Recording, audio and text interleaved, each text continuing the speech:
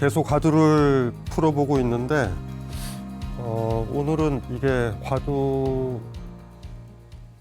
이게 누가 이거 집중을 더 해야 되느냐라고 생각을 하면 배운 사람들, 고졸 이상, 그러면 거의 다죠, 우리한테는.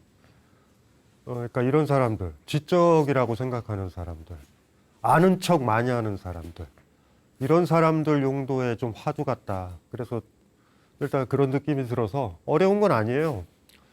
어떤 사람들을 만나면 막 그런 거 하는 사람도 있죠. 뭐 게테는 이렇게 말했고, 니체는 이렇게 말했고, 금강경에는 이런 말이 나오고, 그렇게 딱 얘기를 하면 우리는 일단은 말문이 막혀. 왜냐하면 굉장히 유명한 책인 거야, 사실은.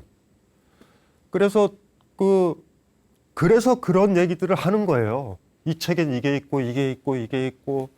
그 사람이 똑똑한지는 모르겠지만 그 사람이 자랑하는 건 뭐냐면 자기는 니체도 알고, 뭐 예를 들면 부처도 알고, 내지는 뭐 강신주도 알고, 뭐 누구도 알고 아는 척을 하는 거예요. 그냥 좀 지적이다라는 사람들.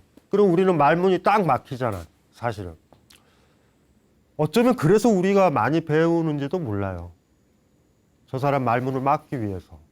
아무 도움도 안 되거든요. 그리고 그런 니체를 알고 있는 사람이 왜 이렇게 자식은 또 못 가르쳐? 보면은 너무나 훌륭한 말을 하는데 삶은 엉망인 사람들도 많다고요, 사실은. 좀 그런 맥락에서 좀 들여다봐야 될 화두이기도 하다라는 그런 생각들. 먼저 한번 읽어볼게요. 그 운문화타라는 화두인데, 어느 스님이 물었다. 광명이 조용히 모든 세계에 두루 비치니. 한 구절이 다 끝나기도 전에 운문 스님은 갑자기 말했다. 이것은 장졸 수제의 말 아닌가? 그 스님은 예 라고 대답했다. 그러자 운문 스님은 말에 떨어졌군 이라고 말했다.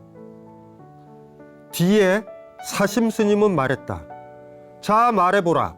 어디가 그 스님이 말에 떨어진 곳인가? 뭐 유명한 사람 말을 인용을 하고 있는 건데 물어봤다고 그러니까 분명히 그 어떤 스님은 그 어떤 걸 인용을 하려고 그런 거예요. 인용이 꽤 구절이 되겠죠? 그 첫째 말을 딱 하자마자 운문 스님이 얘기한 거예요. 그냥. 그거 장졸 수제가 했던 말이잖아. 했더니 그 스님이 말하다 말고 네! 그래 버린 거야. 그랬더니 운문 스님이 그런 거야. 말에서 떨어졌다. 말에 떨어졌다. 그게 하나의 에피소드예요.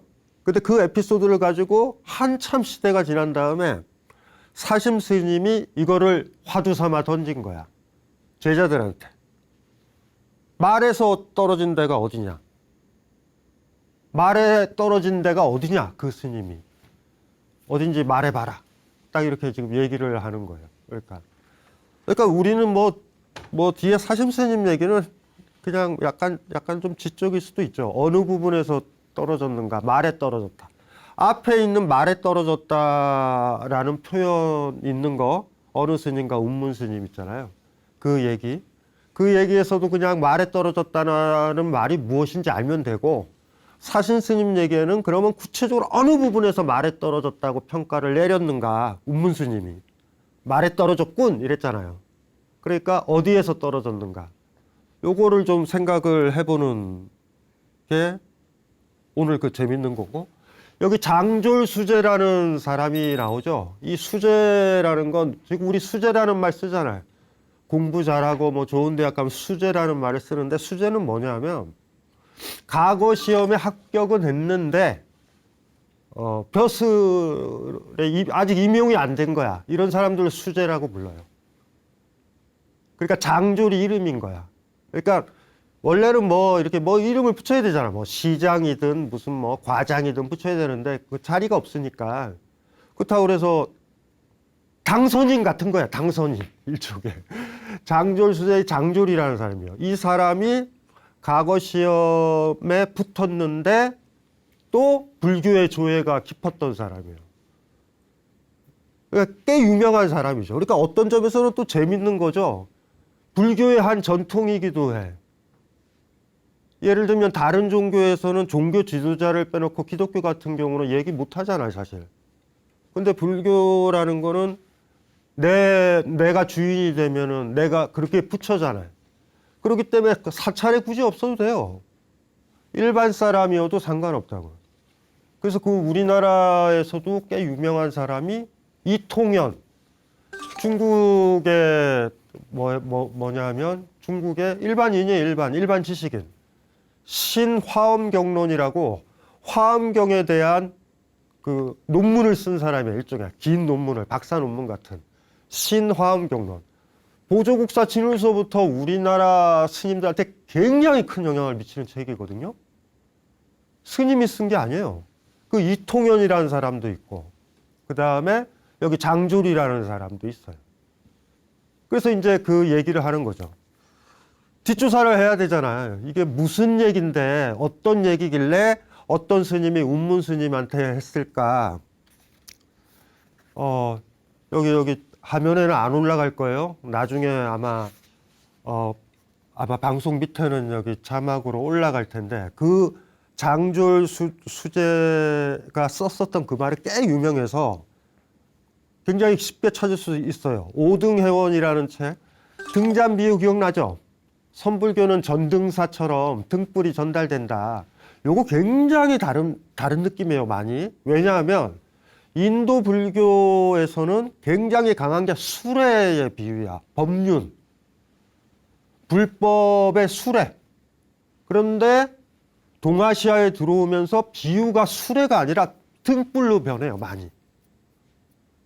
그러니까 제가 누누이 얘기했잖아요. 내가 예를 들면은 사과나무다. 그러면 사과나무가 타올랐을 때 그러면 그 불빛의 색깔과 배나무나 다른 나무가 타올랐을 때 불빛은 다르죠. 불은 불인데. 부처는 부처인데 다르다고. 그런데 예를 들면 사과나무가 녹색 불빛이 났는데 배나무가 녹색 불빛이 났다. 그러면 이거 가짜인 거야. 있을 수가 없는 거야. 흉내낸 거야. 그래서 이 불빛 비유가 굉장히 재밌어요, 사실.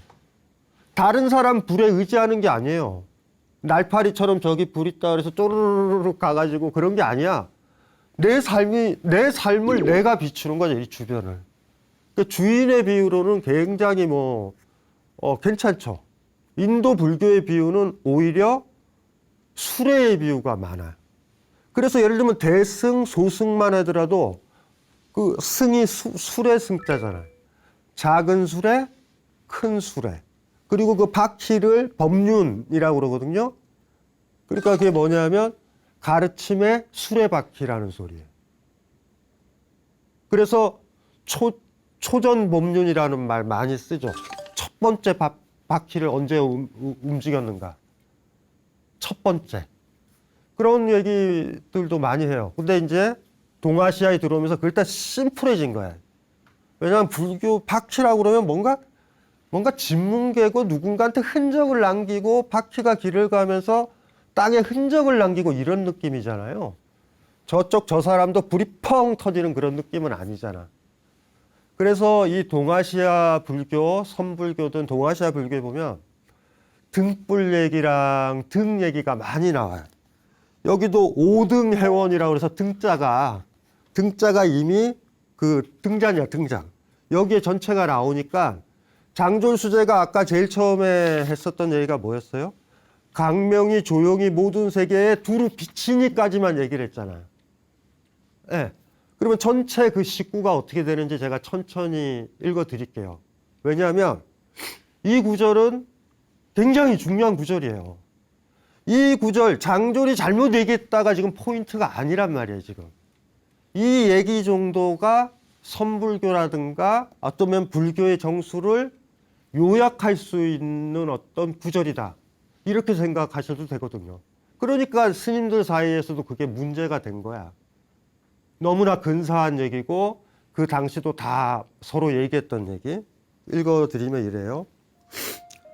광명이 고요히 모든 세계에 두루 비치니 범부든 성인이든 생명을 가진 것들은 모두 나의 가족이네. 어떤 잡념도 일어나지 않아야 온전한 모습이 그대로 드러나지만 감각의 작용들이 일어나자마자 온전한 모습은 구름에 가려버리네. 번뇌를 끊으려는 것은 번뇌의 병만을 증가시키고 진여에 나가려는 것도 또한 바르지 못한 일이네. 세상의 인연에 따라 어떤 장애도 없다면 열반과 생사도 모두 헛된 꽃과 같을 뿐이네. 이게 시예요. 처음에 이렇게 딱 들은 다음에 바로 이해되는 거는 불가능하니까 한 구절씩 읽으면서 제가 풀어드릴게요. 광명이 고요히 모든 세계에 두루 비치니. 아마 이 광명은 마음일 수도 있을 거예요. 그러니까 아주 작은 마음, 나만 생각하는 마음이 아니라 나를 생각하지 않는 마음이 됐을 때, 그러니까 나에 사로잡히지 않고 무언가에 집착하지 않을 때 산책을 하더라도 주변 것들이 보이잖아요. 일단은. 그러니까 작게는 나 하나도 못 비치지만 크게는 다 비칠 수도 있어요. 그런 생각을, 그런 비유일 수도 있겠다 이렇게 생각을 하시면 되고, 범부든 성인이든 평범한 사람이든, 성인이란 말은 부처를 얘기하니까, 그러니까 평범한 사람이든 부처든 생명을 가진 것들이 모두 나의 가족이네. 생명을 가진 것들은 다 내 가족이다. 여기서 당연히 알겠죠. 내 가족이니 남의 일이 아니잖아. 그 사람한테 탐욕을 부리겠냐고. 아, 세상 사람들은 다 내 가족이야. 생명은 다 내 가족이야. 그런데 그걸 어떻게 죽이고 때리고 학대하고 그래. 그러니까 어떤 가족에서 최근에 그런 문제 많잖아요. 자기가 낳은 아이인데 아이를 괴롭힐 때 있잖아. 그건 내 가족이 아닌 거예요. 나한테만 국한되어 있는 거야. 법적으로는 가족인데. 층간소음이다 그러면 윗사람이 내 가족이에요? 가족이 아니에요. 만약에 내 가족이다라고 생각했으면 아유 건강하게 잘 뛰네 이랬을 거라고. 어느 할머니가 손주가 팔딱팔딱 뛴다고 뭐라 그래. 시끄럽다고 왜 그래. 그건 내가 시끄럽다. 걔는 나라는 법이 바깥에 있는 존재죠. 세상이 다 가족인데 전쟁을 일으키나? 러시아가 우크라이나 공격하듯이? 내 가족인데, 내 아들이 있는데, 내 아버지가 사는데 있을 수 없어요. 그러니까 이 감수성이 뭔지 알겠죠? 아, 여기서는 다 가족인 거야. 생명까지도. 굉장히 많이 확장됐죠. 풀, 벌레 이런 것까지도 내 가족이야. 가족이니까 꽃 같은 거 꺾을 수도 없지. 내 가족이니까. 나랑 무관하고 내 가족이 아니고 내가 돌봐야 되는 범위 바깥이라고 그럴 때 우린 잔인해지는 거예요. 네. 남편한테 잔인하다, 아내한테 잔인하다, 아이한테 잔인하다. 별거 아니에요. 내 가족 아니에요, 그 순간. 내 피부치가 아닌 거야. 세 번째는 이래요. 어떤 잡념도 일어나지 않아야 온전한 모습이 그대로 드러나지만, 그러니까 온전한 모습이 그대로 드러난다는 거예요. 잡념이 안 일어나요. 제가 얘기했잖아요. 고양이 아픈 거 보려고 그러면은 막 내가 잡념에 사로잡혀가지고, 예. 어떤 생각에 몰두한다던가 이러면은 고양이가 쓰러져 있는지 보이지도 않아요. 그러니까 그 마음을 많이 가져야 되는 거야. 나에 대해서 생각 많이 하지 말고 아주 사사롭고 작은 것들에 집착하지 말고, 그게 멍청한 마음이 아니에요. 맑은 마음 같은 거예요. 뭐든지 담아둘 수 있는 넓은 마음이 돼서 산책을 하면 계절의 변화도 들어오고 뭐 또 다 들어온다고. 근데 내 마음이 있잖아요. 막 다른 거에 막 그 마음이라는 그릇에 다른 것들이 담겨져 있으면 다른 걸 못 담잖아. 무슨 말인지 이해되시죠? 그래서 어떤 잡념도 일어나지 않아야 온전한 모습이 그대로 드러난다. 이건 뭐 어렵지 않아요? 감각의 작용들이 일어나자마자 온전한 모습은 구름에 가려버린다. 감관이라고 하는 것들을 눈, 귀, 이런 것들이지만 조금 더 구체적으로 가면은 육체적인 것들, 우리의 본능적인 이기주의 같은 것들. 난 많이 도와주고 싶죠? 근데 나 배고프면. 우리 죽을 때까지 살아있기 때문에 생기는 이기주의 있잖아요. 그리고 내가 피해볼 것 같은 그 끓어오르는 이기주의와 거의 맞서 싸운다고요, 사실은. 그래서 여유롭고 부유하면 누구 돕기 좋아요. 그리고 나 컨디션 좋고 푹 쉬고 잠도 잘 자면 내 남편이든 내 아내든 내 아이의 고민 충분히 들어줄 수 있어. 그런데 내가 너무 힘들어. 살기가 너무 팍팍하고 오늘 일을 너무 많이 했어. 그러면 짜증이 나기가 쉽다고. 왜 너마저도 나를 힘들게 하니? 나중에 후회할 짓이지만 그런 생각을 하잖아요. 그런 거와 관련된 거죠. 그래서 나중에 전체적으로 보면 아이고 내가 내 딸한테 모든 살아있는 생명체들은 돌아보면 내 가족과도 같았는데 그런 거 보이지 않게 됐었잖아. 나만 생각하니까만. 컨디션이 좋은 엄마는 아이의 똥냄새도 달콤하게 오지만 컨디션이 나쁘면 불쾌할 수도 있어요. 그 냄새도. 왜 이렇게 불쾌해? 기저귀 또 빨아야 되네? 이런 느낌이 들잖아요. 옛날 서양의 귀족들이요. 귀족 부인들이 왜 아이를 잘 돌봤는지 알고 아이 오면은 유모한테 받아서 어머 오늘은 뭐하고 지냈니? 왜냐하면 일주 만에 처음 보거든요. 얼마나 반가워.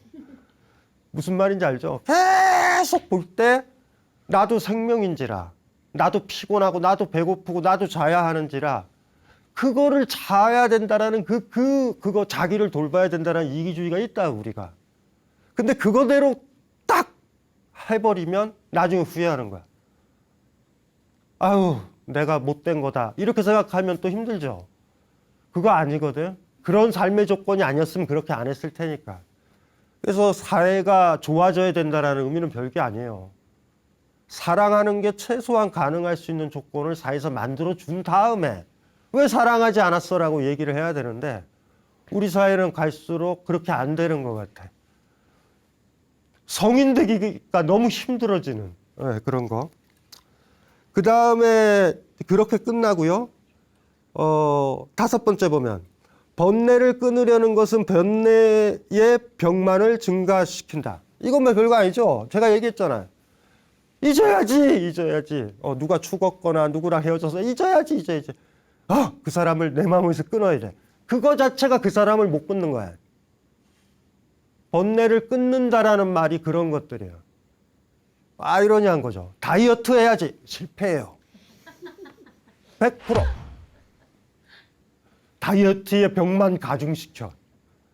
자연스럽게 가야 되는데, 그쵸? 이해되시죠? 시간이 지나면, 그러니까 때때로 내가 사랑하는 사람이 떠났거나, 그게, 죽어서 떠난 거일 수도 있고, 잠시 떠난 거일 수도 있잖아.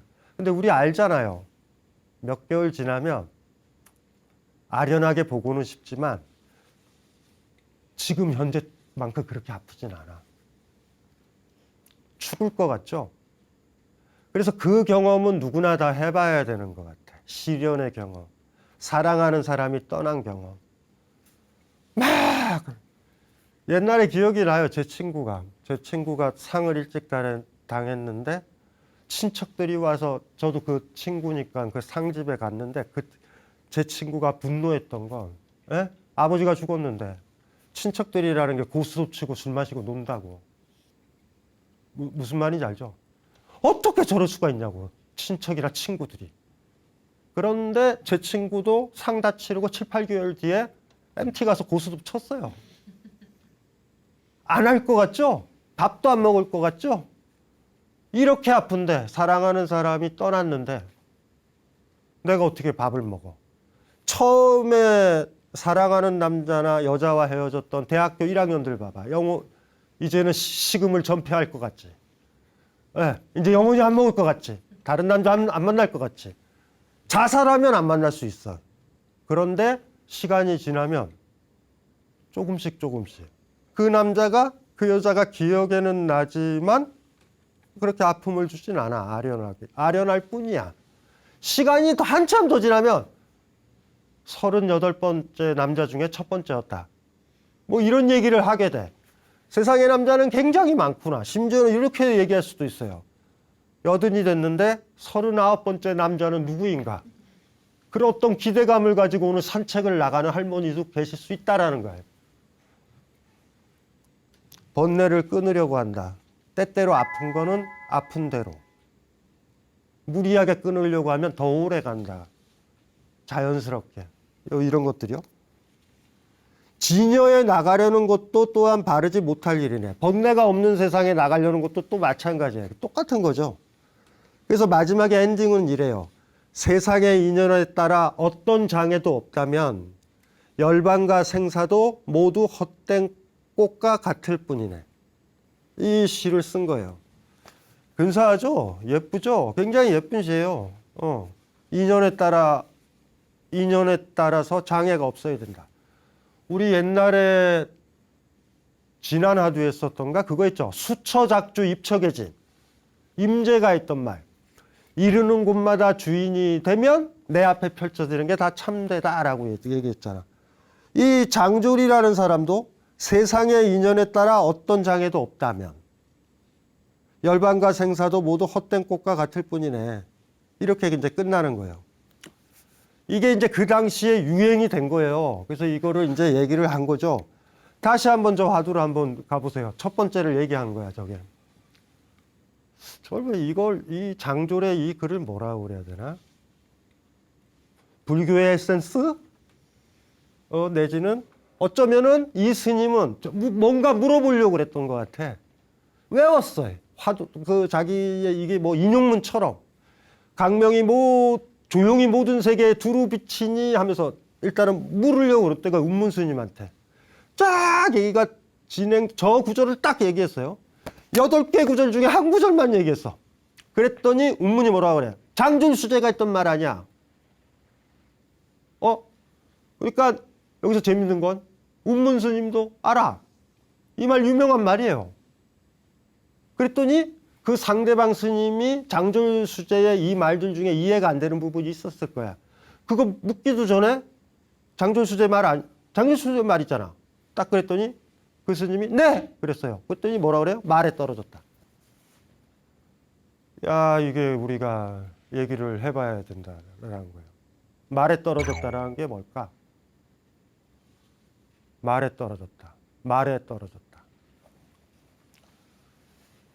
20세기 초반부에 모르겠어요. 힘들게 살아서 그런지 몰라도 20세기 초반부에 좀 서양의 천재적인 지성인들은 동구권 사람들이 굉장히 많아요. 의외로.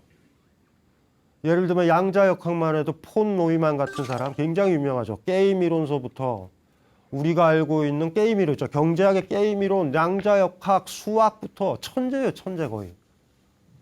그리고 굉장히 많아요. 그렇게. 그중에 제가 하나 저만 간혹 얘기를 하는데 거의 얘기는 안 했다. 어느 글에 잠깐 인용을 했던 사람인데 코르지프스키라는 사람이 있어요. 체코 출신. 미국에서 활동했던. 이 코르지프스키가 했던 이 말을 오늘 이 화두 푸는데 도움이 될 것 같아.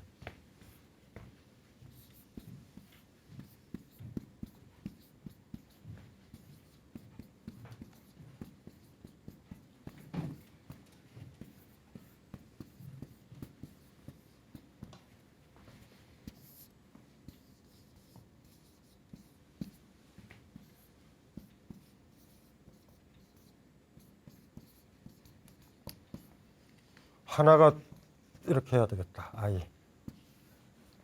영토요. 테리토리. 지도는 영토가 아니다. 너무 자명한 말인데 외우고 살아야 돼. 사랑에 대한 책 같은 것도 지도야. 게테의 책도. 그런데 그건 내가 살고 있는 땅은 아니에요. 맞아. 그거는 게테가 느꼈었던 영토에서의 경험에서 나온 지도야. 그런데 그 책을 읽고서 게테의 젊은 베르테르의 슬픔을 읽고서 그거를 안다라고 해가지고 사랑을 잘할 것이냐. 이건 다른 문제예요. 외우고 살아야 된다고. 아이의 육아법 책이 있어. 지도야. 그걸 가지고서 내 아이는 다른 땅인데 다른 아이들의 땅을 그러니까 외국의 어떤 사람이 자기 아이를 돌보는 거야. 그 땅이에요. 애랑 관계를 맺으면 애를 더듬어야 되죠. 주변을 살펴야 되고 애가 어떻게 움직이는지 확인을 하고 아 이랬더니 애가 좋아지고 이랬더니 애가 스트레스 받는다를 가지고 조금 더 확장을 하겠지. 확자니까. 뭐 예를 들면 영국의 분위기라든가. 그래서 만들어. 국내 번역이 돼. 그러면 우리가 그걸 사요. 우리 땅에 안 맞는데 우겨. 굉장히 심각한 말이에요. 우리가 배우는 건 테리토리를 배운 적이 있느냐. 이건 맵만 배운다고 맵. 이거 배우고 아는 척을 하는 거예요. 다. 대개가 그래. 이건 자연과학자들도 마찬가지예요. 슈레딩거가 양자역학했지만 그 다음에 우리나라에서 박사학위 배우고 물리학자들은 그거를 그 사람들이 했었던 맵에 따라서 실험해가지고 논문 쓰고 해서 박사학위를 받은 사람이라고. 양자의 세계에 바로 붙어가지고 지도를 만든 사람들은 아니에요. 오히려 지금도 왜곡하고 있는지도 몰라요. 맵과 영토. 이거의 간격을 머릿속에 넣으면 굉장히 사실은 좋아요. 왜 선불교에서 불림 문자라고 그랬을까? 문자는 맵. 어떤 사람의 지도가 의미가 있을까요? 그곳을 가봤던 사람이 지도를 만들어야 되잖아. 이해되죠? 그럼 100%예요. 그런데 지도 만든 사람의 유일한 거는 그거예요, 사실은. 그래서 그 사람이 어떤 사람이 지도를 봤다면 그거를 내가 살고 있는 테리토리에 바로 적용하면 굉장히 위험하다라는 것도 알아야 되거든요, 사실. 그래서 요거를 머릿속에 넣어놓으면 많은 것들을 생각을 많이 해볼 수 있어. 지혜로운 게 뭘까? 자기 영역에서는요, 어떤 대학 교수가 우리 마을에 온다고 해도 마을의 역사도 있고 그것도 있잖아. 근데 동네 할아버지 할머니들이 최소한 거기서는 최고 전문가예요.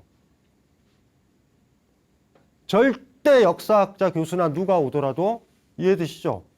그 사람처럼 몰라. 그러니까 이 지도가 어떤 의미가 있는지를 머릿속에 잘 넣어놔야 되는 것 같아요. 코르지프스키라는 그 사람이 했었던 유명한 표 같은 거예요. 지도는 영토가 아니다. 지도는 영토가 아니다. 장졸수제의 말은 지도예요, 영토야? 지도란 말이야. 그 지도를 지금 묻고 있는 거예요, 지금 지도에 대해서. 말에 떨어졌다라는 거는 뭐냐면 넌 지도에 떨어져 있다라는 거예요. 너 지금 뭐 하니? 라는 거예요, 사실은. 네 얘기를 해. 너 스님이잖아. 너 구도자잖아. 광명이 조용히 모든 세계에 두루 비치니라는 그 8구의 시 있잖아요. 그게 이 사람한테는 지도인 거야. 그러면은 불림 문자 아니잖아요. 기껏 이해해봤자 뭐 이해해요? 장졸의 마음만 이해하는 거야. 내가 주인이 되는 건가? 우리가 지난번에도 하두안 아플 때 기억나시죠? 예, 염화시 중에 미소.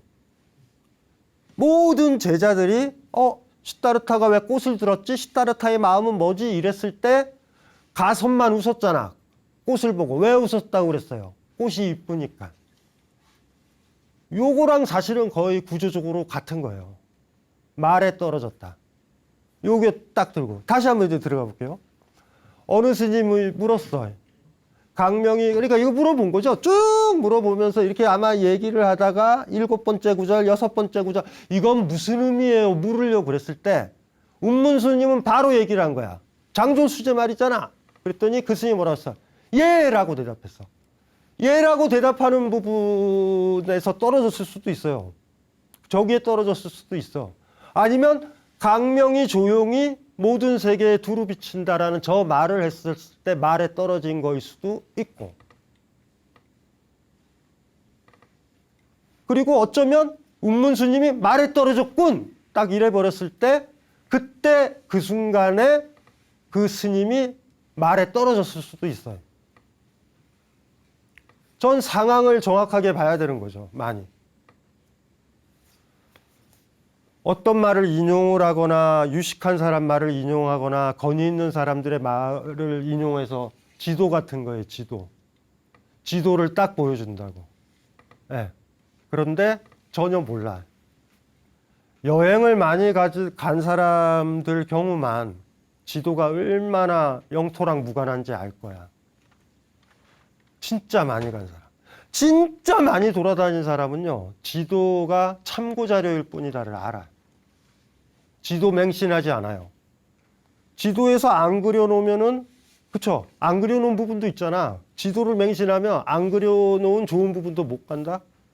여러분도 경험하잖아요. 우리 지금 생활이 얼마나 복잡해졌어요. 지도가 지배하는 세계예요, 지금은. 자동차 타봤잖아요. 내비게이션 있잖아요. 지도가 위에 떠 있잖아요. 어디 누르잖아. 그 사이사이요. 그 파란색 줄 서 있는데 말고 옆쪽에 굉장히 좋은 곳 많습니다. 그쪽은 우리 가지 않아요. 절대 가지 않아. 지금 우리의 가장 큰 문제는요, 영토를 경험하는 감각이 없어졌어요. 지도가 먼저 있고 거기에 검색어를 치고 그쪽으로 가. 그런데 그게 입체적인 화면 있잖아요. 그러니까 실시간 화면 위에 표시가 되니 리얼해 보여. 안 그래요. 누군가가 만든 지도야. 어떤 회사에서 홍보를 해가지고 맛집 같은 걸 업데이트 됐기 때문에 그게 검색이 되는 것 뿐이잖아요. 우리가 예전 우리 화두 풀 때 소요유 얘기했잖아요. 목적 없이 걷는 것. 그거랑 같은 전통이기도 해요. 이거 자체가. 그러니까 지도가 영토가 아니다라는 이 느낌들을 봐야 될 것 같아요.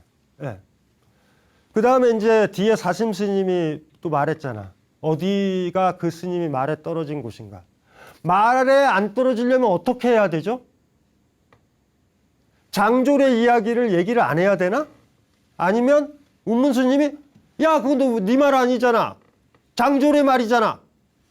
라고 했을 때 예! 이게 문제인가? 어디가 문제인 것 같아요? 이게 이제 여러분들이 고민을 해봐야 되는 것 같아요. 굉장히 중요한 거예요. 이제 남의 말을 쓰지 말자. 남의 지도를 쓰지 말자. 라는 건 맞아. 그런데 남의 지도를 쓸 수 있는 사람은 있어요. 그곳에 가본 사람은. 그 지도를 쓸 거야. 쓰긴 쓰되 어떻게 쓰죠? 수정을 하겠지. 에이 처음 지도 가짜야. 저기 가면 복숭아 꽃밭이 있는데 그 표시가 안 됐어 해가지고 지도에다 그릴 거 아니야. 직접 가보니까 그리는 거 아니에요. 지도에만 맹신하면 새로운 곳은 못 가. 지도를 펼쳐서 이거 괜찮네? 갈 수 있죠. 간 다음에 어떻게 하겠어? 이 건물은 없어졌네. 이해되시죠? 잘못 그렸네. 거리가 또 이거 아니네. 여기에 굉장히 근사한 곳이 있는데 표시를 하겠죠. 예. 지도를 쓸 수 있는, 남의 지도를 쓸 수 있는, 그리고 또 100% 그걸 답습하진 않아요. 수정하겠지. 많이 수정한다고. 진짜 가본 사람만이 지도를 수정할 수 있다. 사랑은 그런 게 아니야. 라고 얘기할 수 있는 사람은 지금까지 게테나 누구로부터 사랑 얘기를 너무 많이 들었는데 내가 해보니 게테는 올드하다. 이해되시죠? 해본 사람만이 알아. 하지만 이 사람이 게테는 사랑을 몰라 이러진 않아요. 게테의 사랑을 얘기했던 젊은 베르테르의 슬픔이라는 지도는 수정되어야 한다. 너무나 올드한 시절의 얘기다. 사실 그것 때문에 새로운 지도를 만드는 사람, 새로운 작가들이 탄생하기도 하는 거잖아요. 예. 제가 이렇게 이 얘기가 갑자기 강명이 조용히 모든 세계에 두루 비치니 막 이런 거 나오니까 골치 아프잖아. 그런 생각하지 말고 아주 리얼하게 한번 얘기를 해보자고요. 내가 어떤 사랑하는 여자가 생겼어요. 그리고 제가 이 사람한테 프로포즈를 해. 예? 그러면서 이렇게 얘기해요. 제가 올드하게 할 거예요. 나는 당신 손에 물 한 방울 안 묻힐 거야. 이거 오래된 말이야, 이거. 아니야, 그러니까 고개를 흔들지 말아요. 그건 사랑하는 사람이면 물 묻히게 하고 싶지 않아. 내가 한다고. 그런데 아직도 나한테 자꾸 물을 묻히게 한다. 그러면 그 남자의 사랑이 식은 거예요, 100%. 그냥 받아들여야 돼. 딱 그랬어요, 이제. 나는 당신 손에 물 한 방울 안 묻힐 거야. 그럴 때 이쪽에 있는 여자분이 이럴 수 있잖아. 그거 옛날 사람이 했던 얘기잖아. 그때 제가 그런 거야. 네. 요 문맥에서 생각을 해봅시다. 이 사람이 나한테 그거 얘기할까요? 그렇게 질문할까? 우리가 쓰는 사랑해라는 말 다 배운 단어예요. 누군가가 썼던 말이야. 오랫동안. 그냥 얘기하면 돼요. 사랑하면.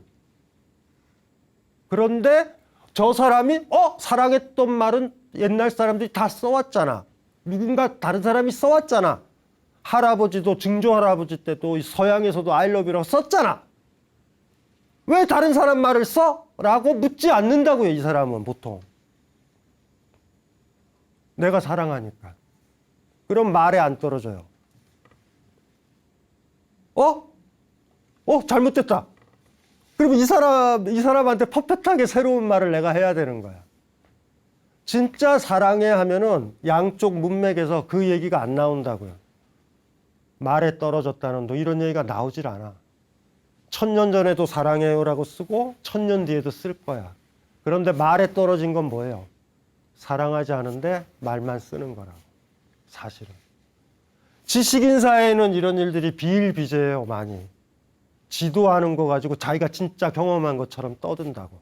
제가 처음에 얘기했잖아요. 일상세계에서는 그렇진 않아. 할머니도 사랑해요라고 썼고 나도 썼고 이 여자랑 나랑 사랑해요.